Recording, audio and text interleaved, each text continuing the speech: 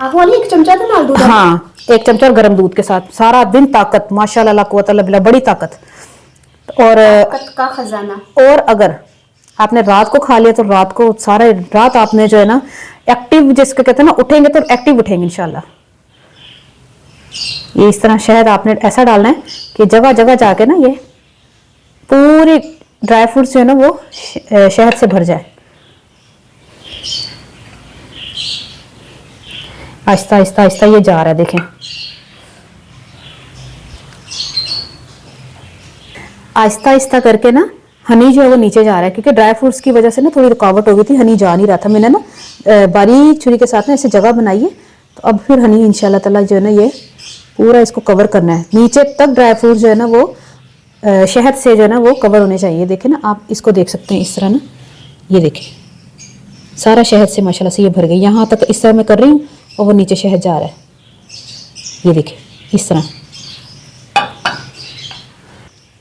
अब आप इसको फ्रिज में रख दें और आपने क्या करना है, या बाहर भी रहना दें, ख़राब नहीं होगा। तो आपने क्या करना है, 1 चम्मच इसमें से निकालना है। आहा हा माशाल्लाह, ये कोई भी ड्राई फ्रूट, ये 1 चम्मच आपने निकालना है, दूध के साथ खा लेना है। मेरा दिल चाह रहा है मैं अभी खा लूँ, क्योंकि खा के चेक तो करूँ कैसा मज़ा आ रहा है। ये देखें ये तो ये आपने खाना है, उसमें खाने नहीं तो खा। अच्छा, बिस्मिल्लाहिर्रहमानिर्रहीम।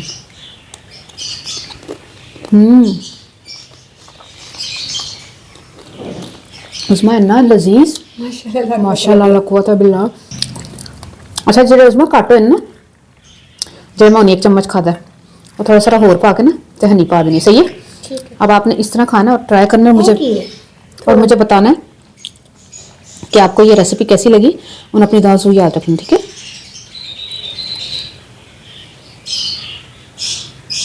ट्राई करके मुझे ज़रूर बताइएगा आपको ये रेसिपी कैसी लगी, अपनी दुआ में ज़रूर याद रख लीजिएगा। ओके, अल्लाह हाफिज़।